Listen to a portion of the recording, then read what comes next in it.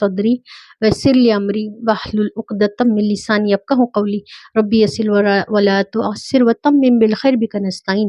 السلام علیکم ورحمۃ اللہ وبرکاتہ۔ آج ہم لوگ جو ہے سورہ العلق کریں گے، ٹھیک ہے؟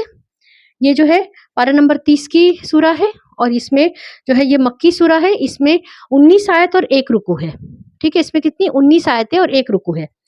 اب شروع پہلے میں ٹرانسلیشن اور تفسیر دونوں کر رہی ہوں تاکہ اچھی طرح سمجھ آئے، ورنہ سمجھ میں نہیں آئے گا، ہے نا؟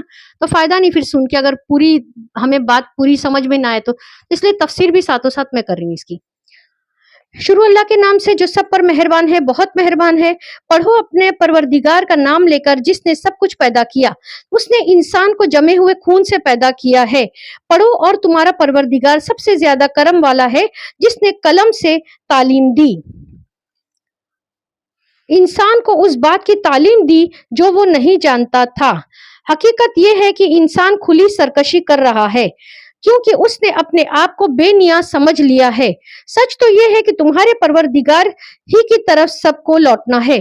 بھلا تم نے اس شخص کو بھی دیکھا تھا جو ایک بندے کو منع کرتا ہے جب وہ نماز پڑھتا ہے؟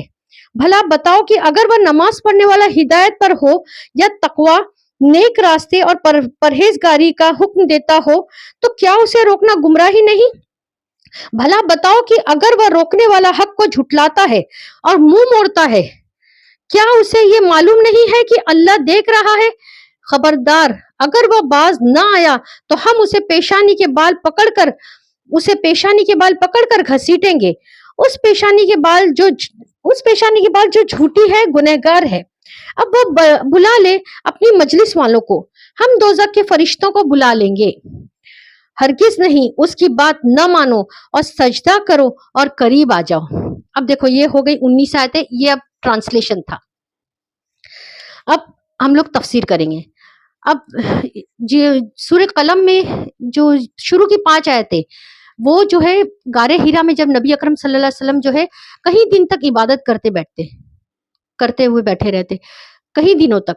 اب وہاں پر یہ پہلی وحی وہاں پر نازل ہوئی، اور کیا وحی تھی جو جبرائیل علیہ السلام لے آئے تھے؟ وہ یہی 5 آیتیں، اقرا، یہ ہے نا جو شروع کی، اقرا بسم ربک الذی خلق، خلق الانسان من علق، اقرا ربک الاکرم الذی علم بالقلم، علم الانسان ما لم یعلم۔ یہ 5 آیتیں نازل ہوئی، اور اس کے بعد جو ہے کئی دنوں تک آپ عبادت کرتے، وہیں پر بیٹھتے، کہاں پر؟ غار حرا میں۔ اب اسی دوران جو ہے ایک مرتبہ جبرائیل علیہ السلام آتے اور پھر آپ کو جو دبوچتے اور کہتے پڑھو، تو نبی صلی اللہ علیہ وسلم فرماتے کہ میں پڑھا ہوا نہیں ہوں۔ تو 3 مرتبہ آمنے سامنے کلام ہوتا، پڑھو، اور وہ کہتے میں پڑھا ہوا نہیں ہوں، پھر کہتے کہ ٹھیک ہے۔ پھر حضرت جبرائیل علیہ السلام نے کیا کیا کہ دونوں طرف سے کلام 3 مرتبہ ہوا، پھر حضرت جبرائیل علیہ السلام نے یہ 5 آیتیں پڑھی جو میں نے بتائی نا، کہ یہ شروع میں پہلی وحی اس طرح سے آئی۔